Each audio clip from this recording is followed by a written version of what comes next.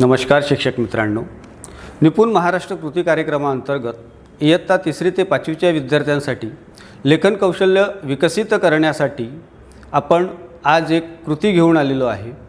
लेखन कौशल्य विकसित करत असताना श्रुत लेखन कौशल्यसुद्धा विकसित करणं अत्यंत गरजेचं आहे आणि त्यासाठीच आपण आपल्या स्तर क्रमांक 18 मध्ये 6 ते 8 शब्द जोडाक्षरयुक्त 4 ते 5 वाक्य विरामचिन्हासह आकलनासह लिहितो। हा स्तर पूर्ण करण्यासाठी आज आपण या ठिकाणी एक कृती घेतो आहे। कृतीचं नाव आहे श्रवण वाचन कृती। तर मित्रांनो, श्रवण वाचन कृती ही प्रारंभिक स्तरावरची कृती आहे। प्रारंभिक स्तरावरची कृती म्हणजेच की विद्यार्थ्यांचं श्रवण व्यवस्थित होणं गरजेचं आहे। विद्यार्थ्यांचं श्रवण जर योग्य गतीनं झालं तर विद्यार्थी योग्य गतीने योग्य पद्धतीने वाचन करतील आणि म्हणून श्रवण हा सगळ्यात महत्त्वाचा घटक या ठिकाणी आहे।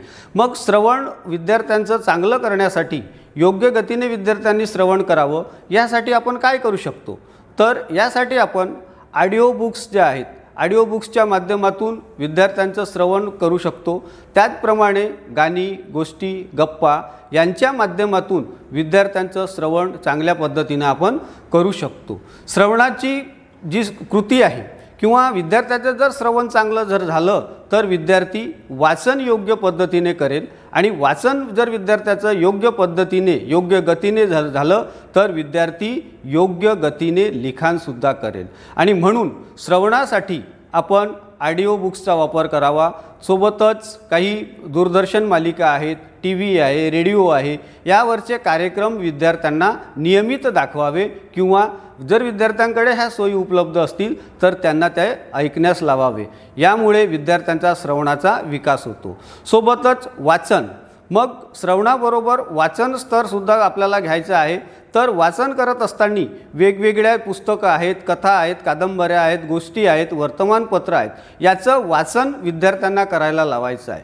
तर वाचन करत असताना विद्यार्थी काय करतात, आजकाल आपण बघितलेलं आहे की विद्यार्थी मनातल्या मनात वाचण्याचा प्रयत्न करतात, परंतु मनातल्या मनात वाचल्यामुळे विद्यार्थ्यांना ते आकलन चांगल्या पद्धतीने होत नाही आणि म्हणून विद्यार्थ्यांना त्या मोठ्या आवाजात स्पष्टपणे वाचायला सांगणं हे सुद्धा गरजेचं आहे।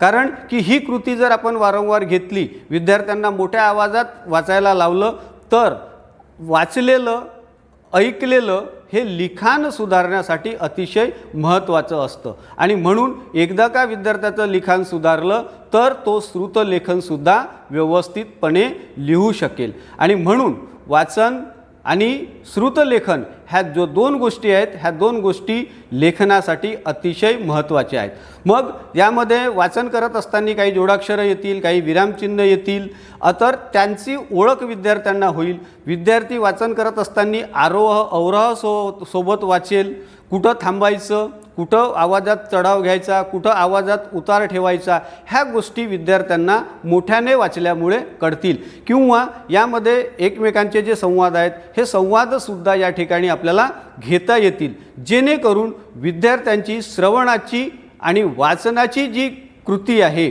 किंवा श्रवण आणि वाचनाची जी संकल्पना आहे ही स्पष्ट होईल, ज्यामुळे विद्यार्थी लेखन हा सहज गतीने करू शकेल। विद्यार्थ्याने सहज गतीने जर लेखन केलं तर त्याचं श्रवण चांगलं असेल, वाचन चांगलं असेल तर लिखाण व्यवस्थित होईल आणि मग आपण श्रुतलेखनाकडे वळतो आहे।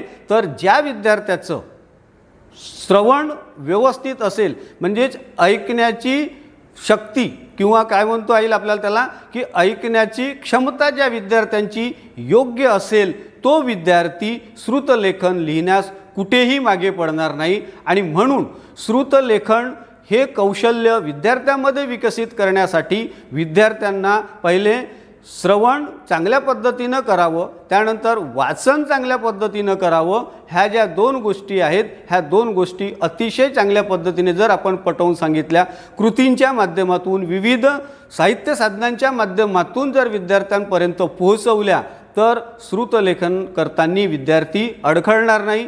जोडाक्षरयुक्त शब्दांचा असो, विरामचिन्हाचा असो, श्रुतलेखन विद्यार्थी व्यवस्थित पद्धतीने करेल आणि सोबतच त्या श्रुतलेखनाचं त्याला आकलनसुद्धा होईल। चला तर मित्रांनो, आपण अशा पद्धतीने ही जर कृती घेतली तर आपला विद्यार्थी श्रुतलेखनामध्ये नक्कीच पारंगत होईल असा विश्वास आहे। धन्यवाद।